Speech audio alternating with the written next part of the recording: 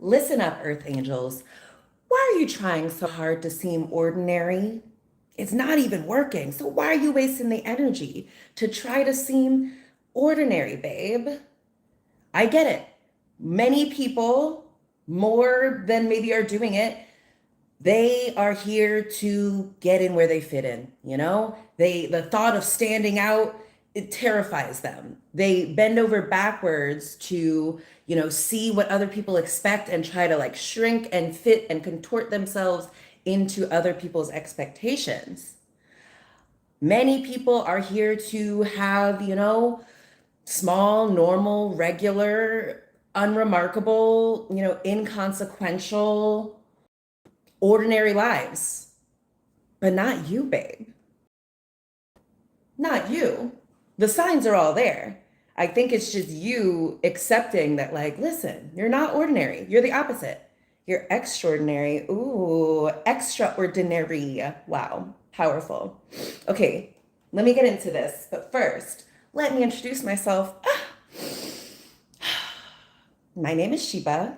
I'm a transformation specialist, shadow alchemist, and ex-lawyer, and I help powerful, visionary, highly successful women and cycle breakers unleash their true selves, walk in purpose as divine disruptors, and create the life of their dreams. All right, so let's talk about this. Why are you trying so hard to seem ordinary?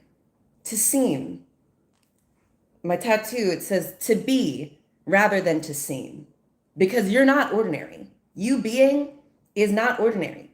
You naturally stand out. You are the exception to the rule. You're exceptional. You're different. And maybe you've spent a lot of time around people who are ordinary, unexceptional, regular.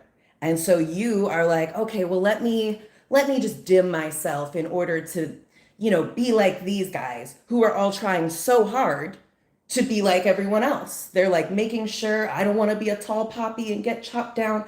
I don't want to be a nail that's sticking out and get hammered down. Where's the hammer? Where's the poppy cutting machine? Like, if anything, this is a standing out game. The more people see you, the safer you are. That can be true for you. Okay, so what have I written here that I want to make sure I tell you? Oh, yeah.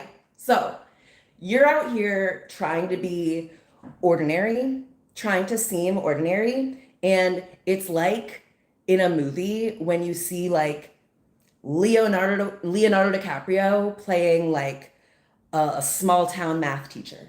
Yeah, right. No one is believing that Leonardo DiCaprio is just some autistic guy like doing a math class and like no one's believing it. No one's believing Tiana Taylor as just a lady working at a grocery store, No one is believing Janelle Monáe as a friggin' government employee. And that's how it is with you. It's like everyone is like, what is this like exceptional person doing here? What is this movie star doing out amongst us commoners? You're special. You're extraordinary. Okay, I looked up what extraordinary means because, we love words on this channel. We love definitions. So this is what I found. To be extraordinary, going beyond what is usual, regular, or customary, highly unusual, exceptional, or remarkable. It describes something that stands out significantly from the norm. Who does that sound like? Me, of course. People that resonate with me, yeah. Lots of celebrities, our most beloved stars. They're extraordinary, babe. They're not just a regular person who just does a regular job and has a regular, life. Like, no, you're here for extraordinary things, remarkable things, highly unusual things. You go beyond what is usual, regular, or customary. So I hope you spend increasingly less time trying to like put on the mask and the costume of like being just a regular guy. It's like in Men in Black, when like They're like, there's aliens all around. And like, some people just look like regular people, but some people do look like aliens wearing like a human suit. And that's kind of you, but it's like your aura.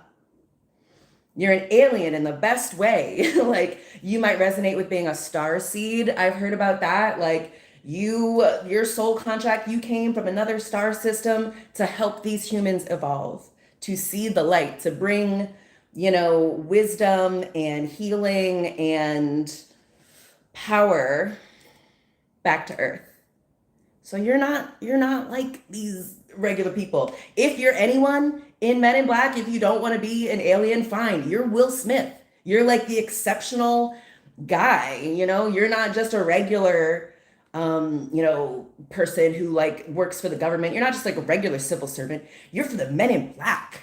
Ooh, so powerful. So yeah, no one is believing you as Leonardo DiCaprio as a guy working at the bank. Okay? So what are you doing there? You know it doesn't feel right.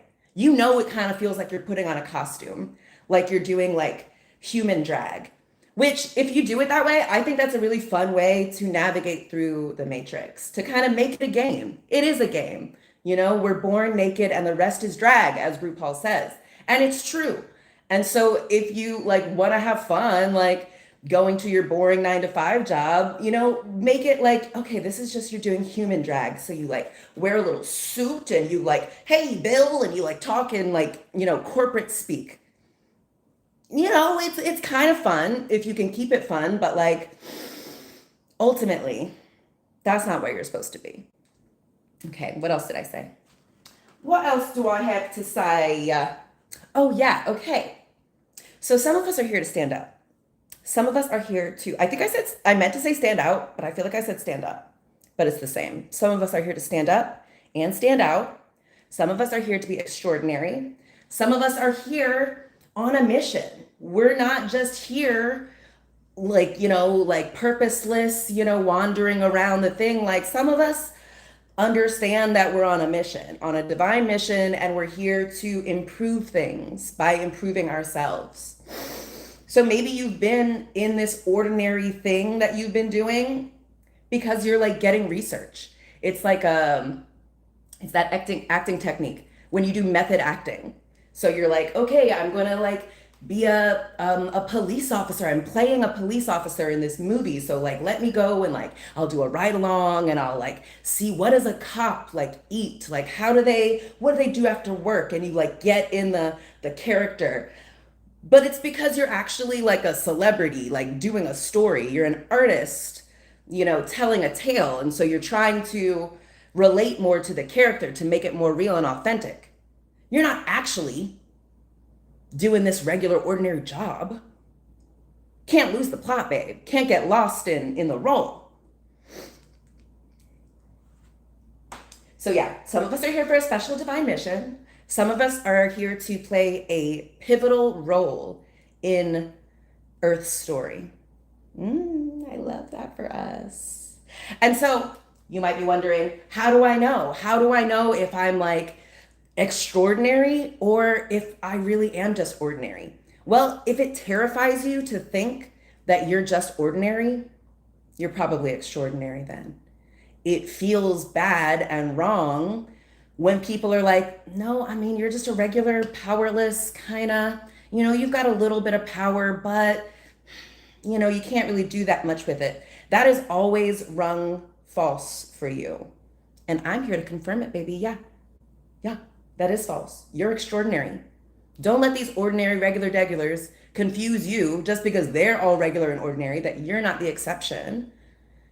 It doesn't even, I'm telling you, like everyone can tell you're not supposed to be here. You're different. You're special.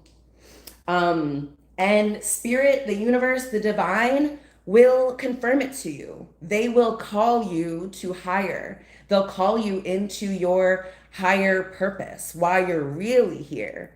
Not just to go around and play regular human drag at your little 9 to 5. You're here for something else. You can feel it. And that's how spirit speaks, not just in conversation or in writing or in books or in music, even though that is some of the ways. Also, it's through how you feel. It's through what feels resonant with you and what feels unresonant. What doesn't feel resonant. If it doesn't feel resonant, it's not for you, baby. It's not supposed to resonate. You're not supposed to try to force yourself into a role that is just not made for you, baby. Some of us are stars, and you're one of them. So, you just have to accept that. What changes when you accept that? So, spirit will deliver the message in many different ways. One of them is how you feel. If you've always felt kind of like a fish out of water, like you grew up in the same neighborhood as all these people, maybe in the same people as your family and the same race, the same gender, but like you've just always felt a little bit different. Like when everyone else is like, oh yeah, totally, like, yeah, let's do this. You're like, wait, what? No, why would we do that? Like, I mean, I'm fine if everyone else wants to do that, but like, why are we doing it? Lots of people are just doing it because everyone else is doing it. But you're here to be confused by blind going along with stuff. You're different. You're extraordinary. Ordinary people, I think they kind of go along with crazy things. They suppress when they think something is weird or like not cool. They just like keep it inside and like endure it. But you're like, what the hell is going on? You point out the elephant in the room where everyone else is like ignoring it. Like it's impressive how good they are at ignoring it. So you might feel like a fish out of water. You might feel different. You've always felt different. Also, others might point it out to you, consciously or unconsciously, that you are special, different, here for more. You have a particular power that just stands out and makes you different than the ordinary person. Okay, so others might point it out to you, consciously or unconsciously. So let me tell you, literally, I'm always at my house. Cancer moon, and I just love to be at home in my beautiful sanctuary with my perfect husband, and it's just a beautiful property that we have. And I was outside, kind of like staring at the sky and like the trees and stuff, and there's this woman who lives a couple streets down, and she got hip surgery, so she walks with a walker. And she saw me and like waved me over, and she was like, "Can I tell you something?" And I was like, "Oh, sure." So I like go down, the thing, and go down my stairs, and I'm like, "What's up?" Because she's like kind of looking like she doesn't know if she should tell me. I'm like, "Oh my God, what's going on? What's up?" She says, "Okay, I don't know if you know this, but I have to tell you, you're a seer." I was like, I mean, I do know. She was like, "Do you know that you're a seer?" I was like, "Wow, I do know, but like tell me more." And she was like, "Well, I don't know why I was called to just like come over to you and tell you this, but like I felt like I had to let you know, and don't let people make you feel like you're bad or like you're a witch." I'm like, "Oh, mama, please. A witch is far too common. I'm a sorceress, if anything." But I have been kind of I'm going from being a lawyer in the government in like a very, administrative, bureaucratic kind of space to like kind of the complete opposite, like a divine advocate, much more woo woo than I've allowed myself to be in the past. So I was like, yeah, thank you. Like I've kind of been, yeah, maybe grappling with accepting that. But thank you for noticing and delivering the message to me. And she was like, "Yeah, you're welcome. All right, I'll see you later." And I was like, oh, how powerful. I don't even have to leave my property. The message will get to you. Spirit is sending people songs, messengers to clue you in about who you are. So you might be a seer too. If you come across my stuff and it resonates with you, you probably got the sight, baby. You probably got some vision, some divine vision that these humans freaking need. My God. Otherwise, they just keep going in a goddamn loop over and over. It's wild. But you can see it. You're a seer. And yeah, maybe someone is going to come up to you and be like, "There's something about you." Okay, so that happened just today. This woman called me a seer. The other day, our house cleaners were over, and they're just these two Baltimore white ladies, you know the type. And they're sisters. And one of them, she was cleaning and she saw that I had some tarot cards and she was like, "Can you give me a reading?" I was like, "Oh, sure." She's never gotten one before. She's never done it. I was like, "Okay, cool." So I give her this reading. I get to the 10 of Swords. She bursts into tears. And I'm like, "Oh my God, what did I do?" I'm also like, I mostly just read for myself, read cards for myself. I'm still learning divination with tarot. But, I'm excited for the opportunity when it does arise. And so she bursts into tears. Her sister bursts into tears. And they're both like, explaining to me through tears that like her, son had died and her sister had died and she was just struggling to move forward.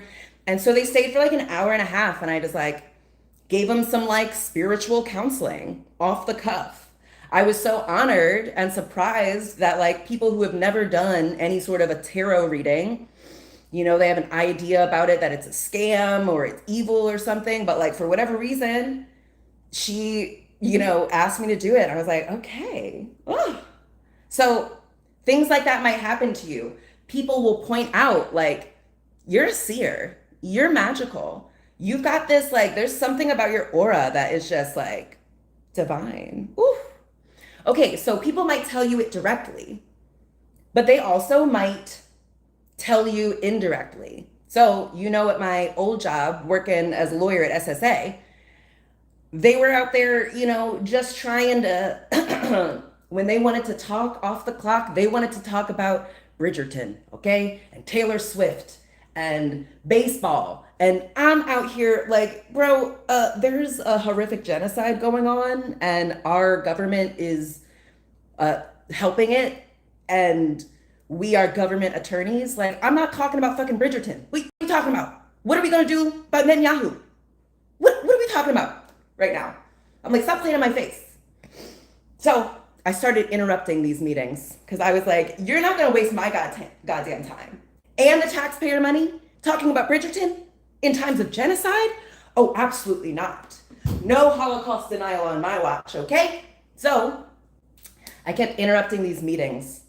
And eventually, I end up getting this official reprimand, which it's a sham tribunal within a sham tribunal. It doesn't actually mean anything. They have no authority over me. All they can do is kind of make up words and try to scare me into backing down. But come on, me back down? Never. So anyway, they give me this official reprimand. On MLK Day, I have on the federal US public record, speaking out against injustice, putting on the record what actually happened, and the history books will thank me. Anyway, though, the charge I got was conduct unbecoming a federal employee. And you know what? They're right. I'm not like these other people, terrified to speak up, so afraid of like losing the position I have that I let terrible injustice go on my watch. That's not going to be me. I'm going to act differently than that. And that is a strength. I'm not supposed to be like, oh, okay, they want me to be quiet and like orderly. Okay, I'm going to go do that. Like, no, I'm supposed to see, listen, they can't contain me. This is not the place for me. I got to get up out of here. And I did. And I've just been having such an amazing, amazing life since then. And it's only going to get better. So this might be your, clue, your push to start making moves. Start planning your exit from that space that you know is not for you. You know it. I know it. You know it. Everybody knows it. Everybody's like, why are they here? Like, they're obviously meant for more. Let me tell you, that place you're at now that you're afraid to leave because you don't want to it's blocking your blessings. You're here to be fully expressed. And the more you fully express, the more aligned people and opportunities are going to be magnetized to you. Today's a full moon too. Oof. Lots of manifestation, okay? Bringing things to a close. Closing out cycles. So, yeah, you're a seer. You're a spiritual advisor. You're magical. You're an inspiration. No one has seen it done like you do it. And we're going to need you to keep doing it that way. Stop wasting your time trying to, oh, I'm just a regular person. I'm just, who, me? Girl, stop. It's like a Bewitched or WandaVision or I Dream of Genie. They spend a lot of time, the magical beings spend a lot of time pretending they don't have magic. They pretend they're just ordinary. Why? Magic and being extraordinary always beats non-magic, ordinary. So what do you have to be afraid of? So people can see that there's something about you. There's something powerful about you that ordinary people, they don't have that. But you do. Powerful. So what if you accepted it? What if you accepted that you are extraordinary? What if you stopped wasting your energy denying it? Stopped wasting your energy like, oh, minimizing it, pretending it, fighting it, suppressing it, and you just accepted that you're extraordinary. You're powerful. There's something about you that can't be contained. It can't be tamped down. It needs to be fully expressed. So, what happens if you consider it? What happens if you consider that the reason you're so bad at being ordinary is because you're not supposed to be, babe? All right. I've delivered the message. So let me know what you think, okay? Like, comment, subscribe. Head on over to my website, See Like Sheba, if you'd like to work one-on-one with the queen. Yeah. So I'm gonna get up out of here. I'm sweating. I don't know why you keep our house so hot, but it's okay. Glowing. Oof, I just flicked sweat. That was crazy. Anyway, I'm gonna get up out of here. I'll talk to you, Earth Angel, soon, okay? Love you. Bye.